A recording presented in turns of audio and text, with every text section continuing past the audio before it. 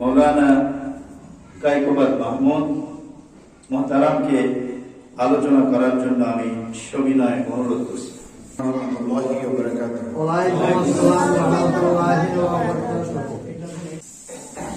সম্মানিত মুসল্লিবৃন্দ, এই মসজিদের সম্মানিত কমিটিবৃন্দ, আমার অত্যন্ত প্রিয় একজন মানুষ মোর্শেদ এবং আপনারা যারা শুনছেন তাদের সবাইকে আমি আন্তরিক কৃতজ্ঞতা জ্ঞাপন করছি। আলহামদুলিল্লাহ, আপনারা আমাকে দাওয়াত করেছেন, এখানে আসার সুযোগ দিয়েছেন, এজন্য আমি অত্যন্ত কৃতজ্ঞ আপনাদের প্রতি। আলহামদুলিল্লাহ। সায়েন্সে একটা বিষয় আছে, অণু বলে। অণু একটা চকের গুঁড়া ভাঙতে ভাঙতে এটা যখন একদম মিশে যায় ওটাকে বলে অণু। এটা আরো ভাঙতে ভাঙতে হয় পরমাণু, মাইক্রোস্কোপ ছাড়া দেখা যায় না। এই পরমাণু বা অণু এগুলো গোল, এগুলো কি চার কোনা না গোল, মার্বেলের মতন গোল। তা 10টা মার্বেল কি কখনো মেশে না, এর মধ্যে ফাঁকা থাকে। এই দুনিয়াতে কোনো জিনিস সলিড নেই, সব চাপ দিলে ডাবে, এই দেয়ালও ডাবে, কিন্তু আমরা খালি চোখে দেখি না। এটাকে বলে আন্তঃআণবিক গ্যাপ বলে সায়েন্সের ভাষাতে। এর ভিতরে গ্যাপ থাকে, আন্তঃআণবিক, দুই অণুর মধ্যে গ্যাপ। আমাদের ইমানের মধ্যে এরকম গ্যাপ আছে, এরকম গ্যাপ। সলিড ইমান না আমাদের। দেখেন মাহফিলে আল্লাহ আকবার দেয় না, দিতে দেখছেন না? মিছিলেও আল্লাহ আকবার দেয়, দেখছেন না? সব জায়গায় আল্লাহ আকবার দেয়, কিন্তু এই মুস্কান একটা মেয়ে ভারতের, এর আল্লাহ আকবার সারা দুনিয়াটাকে কাঁপাই দিছে কেন বলেন তো? ও তো সে একই বাক্য বলছে যা এখানে মাহফিলের মধ্যে বারবার দেয়, মিছিলের মধ্যে বারবার দেয়, সমস্ত জায়গায় দেয়, কিন্তু এর আল্লাহ আকবারটাকে কেন সারা দুনিয়া কাঁপিয়ে দিয়েছে?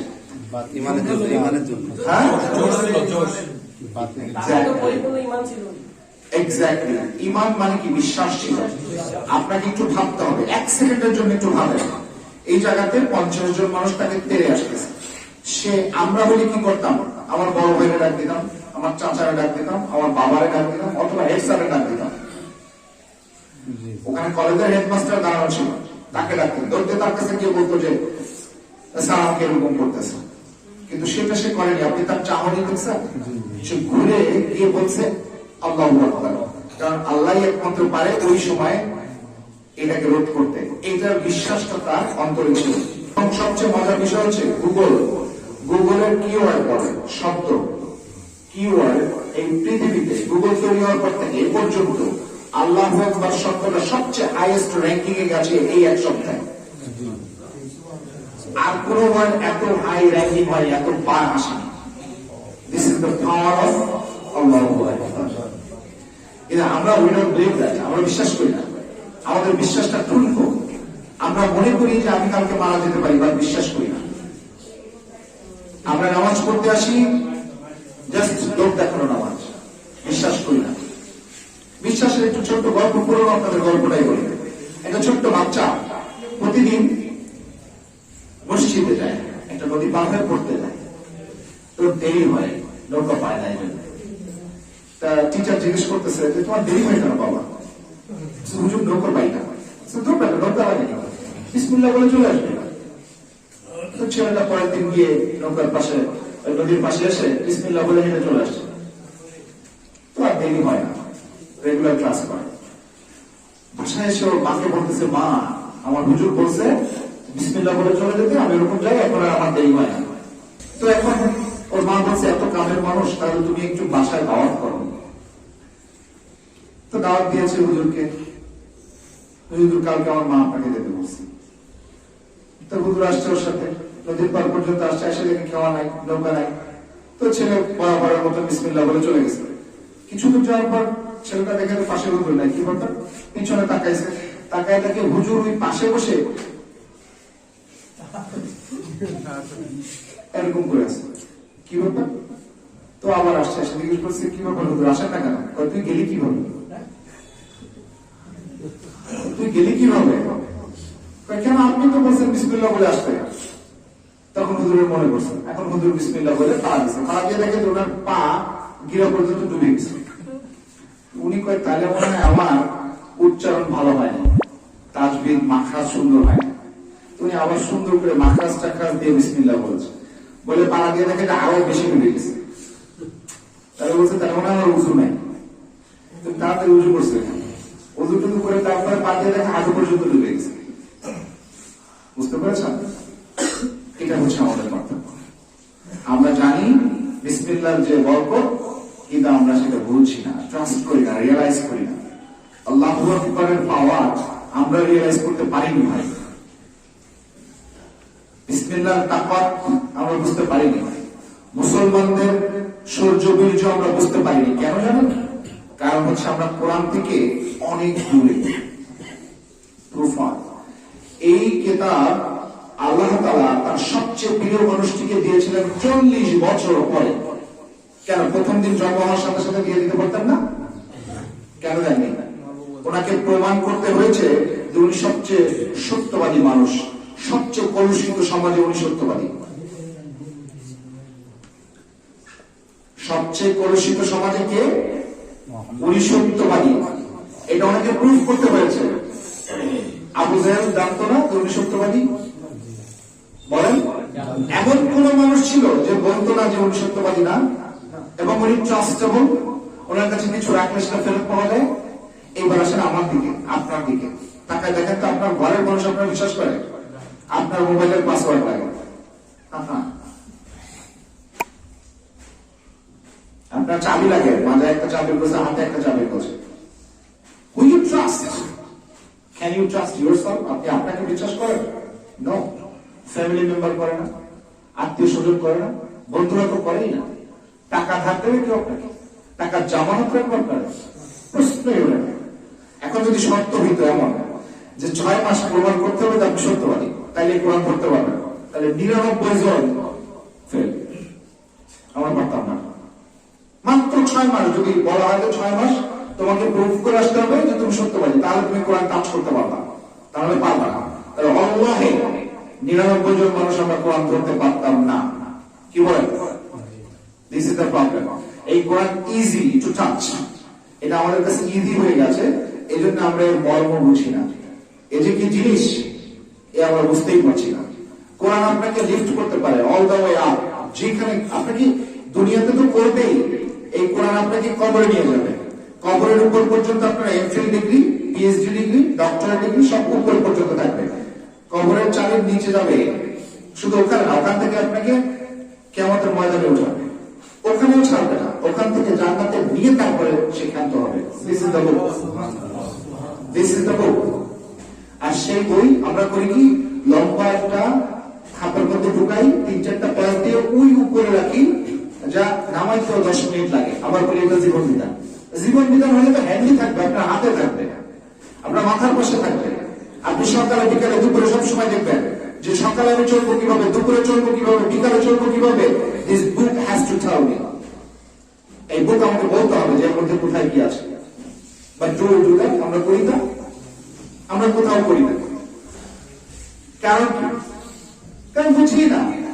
আরবি তো পড়তেই পারি না, আরবির খুবটাও বাংলায় দিতে হয়, বুঝি নাই। কারণ মনে করি যে এটা হুজুরদের সম্পত্তি, তাল বেয়ালিদের সম্পত্তি, ওই হুজুরখানার ওরা পড়বে দিতে হবে। সূরা বাকারা তো কয়টা কে বলতে পারে হুজুরা ছাড়া? 286 মাশাআল্লাহ, আলহামদুলিল্লাহ, আলহামদুলিল্লাহ। এই 286 এর অর্ধেক কত? 143। 143 নম্বর আয়াতে একটা শব্দ আছে, ওয়াসাতান, উম্মাতান ওয়াসাতান। তাহলে সূরা বাকারার কোন জায়গায় আছে? মাঝখানে। শব্দটার অর্থ কি? ওয়াসাতান। আরবি এর অর্থ কি? মিডল, মধ্যম জাতি, উম্মাতান ওয়াসাতান। আল্লাহ আমাদেরকে বলেছেন। মজার ব্যাপার কি জানেন? সূরা বাকারার অল দ্য ওয়ে 143 পর্যন্ত সব বনী ইসরায়েলের কথা, এরপরে আমাদের কথা। আল্লাহ বলছেন তোমরা হচ্ছে উম্মাতান ওয়াসাতান। এখন বুঝতে হবে না উম্মাতান ওয়াসাতানটা মানে কি? মানে হচ্ছে তোমরা মিডল জাতি। এখন মধ্যম জাতি বলেছে, বাংলায় অর্থ করবেন আপনি মধ্যম জাতি। মধ্যম জাতি মানে কি ভাই? দায়িত্ব বলছেন না উপরে না নিচে, না উপরে না নিচে, ব্যালান্সড জাতি। না এদিকে না এদিকে, মাঝখানে একটা স্টিক থাকে, দাঁড়িয়ে পড়লাম দুই দিকে, রাইট? এই স্টিকটা এটাকে ব্যালেন্স করে রাখি। আমরা সেই জাতি যারা ব্যালেন্সড নেশন। ব্যালেন্স নেশন বলতে কি বোঝায়? আপনি এবার চিন্তা করেন তো যে আপনি মধ্যম জাতি, আল্লাহ তাআলা বলছেন উম্মাতান ওয়াসাতান, এই জাতিটাকে অন্য জাতি দেখে পৃথিবীতে যত জাতি আছে, পৃথিবীতে যত জাতি আছে, কত জাতি আছে এখন আছে না? এই জাতিগুলো যখন আপনাদেরকে দেখবে, কারা? আমরা কারা? এই বার্তা আপনি কি বুঝছেন যে আমরা একটা মাত্র জাতি? আমরা নট শিয়া, নট তাবলিগ, নট জামাত, not Sarsina, not Furfura, not অমুক হাজারো কিসমের আছে, সবগুলি একটা জাতি। উম্মাতান ওয়াসাতান, এর অর্থ কি? মধ্যম জাতি। মধ্যম জাতি মানে হচ্ছে ব্যালেন্সড নেশন। মানে আপনি কোন জায়গায় কম বেশি করবেন না। এখন আপনি নিজে চোখ বন্ধ করে বলেন তো, আপনি আপনার দুই ছেলের মধ্যে ব্যালেন্স করেন? আপনি প্রতিবেশীর সাথে ব্যালেন্স করে চলেন? আপনি আপনার ওয়াইফের সাথে ব্যালেন্স করে চলেন? আপনি মসজিদের সাথে ব্যালেন্স করেন? আপনার হাঁটা চলায় ব্যালেন্স আছে? বিজনেসে ব্যালেন্স আছে? লেনদেনে ব্যালেন্স আছে? আপনি কাউকে ঠকান না, তাহলে আপনি ব্যালেন্স বিজনেস করবেন। আপনার কথাবার্তা ব্যালেন্স আছে? আপনার ব্যালেন্স আছে কোথায়? আমাকে সেইটা দেখান। আর আল্লাহ বলেছেন you have to have the balance in every single stage of your life. সমস্ত জায়গাতে আপনার ব্যালেন্স থাকতে হবে। এভরি সিঙ্গেল জায়গা, আপনার প্রত্যেকটা লাইফের প্রত্যেকটা আপনি নিজের কাছে ব্যালেন্স থাকতে হবে। আপনি যতটুকু ঘুমাবেন ততটুকু কাজ করবেন। আপনি সারা রাত জেগে কাজ করবেন, ফজরের নামাজ মিস করবেন, you are not a balance মুসল্লি। কারণ মুসল্লি সেই যে সে তার নামাজকে হেফাজত করে। সারা রাত টিভি দেখে সকালে ফজরের নামাজ পড়বেন না, আপনি you are not a balance musalli. আপনি আপনার সন্তান একজনকে ভালোবাসবেন আর একজনকে কম বাসবেন, you are not a balance father.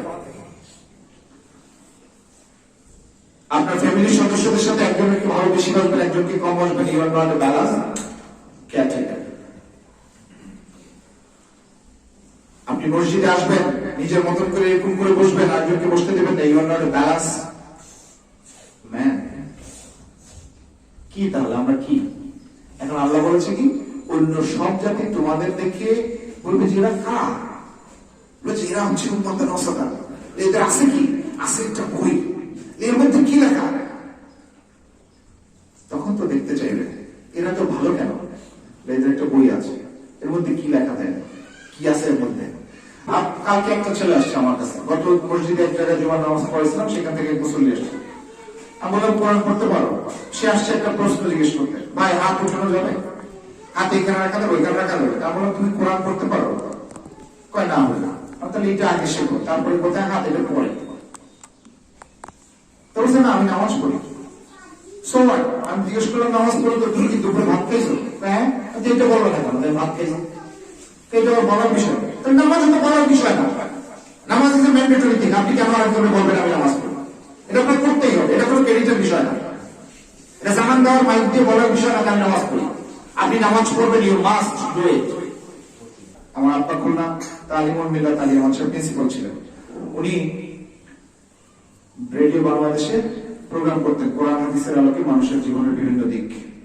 ওনার মৃত্যুর পরে এই বইটা আমি, ওই প্রোগ্রামগুলি আমি সব একটা বই আকারে ছেপে পৃথিবীর বিভিন্ন মসজিদে আমি যাই, এগুলি ডিস্ট্রিবিউট করি ফ্রি, কাউকে কোনো পয়সা দিতে হবে না।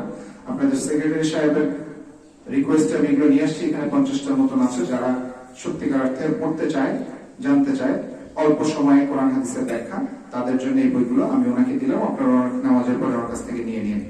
আর সত্য হচ্ছে ওনার জন্য দোয়া করবেন, আর বইটা দিয়ে দোকানের মিষ্টির মোচা বানাবেন। এর পিছনে কিছু দোয়া আছে, সেগুলো পাশে রাখবেন, পড়বেন, আপনার দাম হবে ইনশাআল্লাহ। আসসালামু আলাইকুম ওয়া রাহমাতুল্লাহি ওয়া বারাকাতুহু। কামা রব্বায়ানি সগীরা, করো নেক দোয়া, করো দোয়া, নেক দোয়া, নেক সন্তান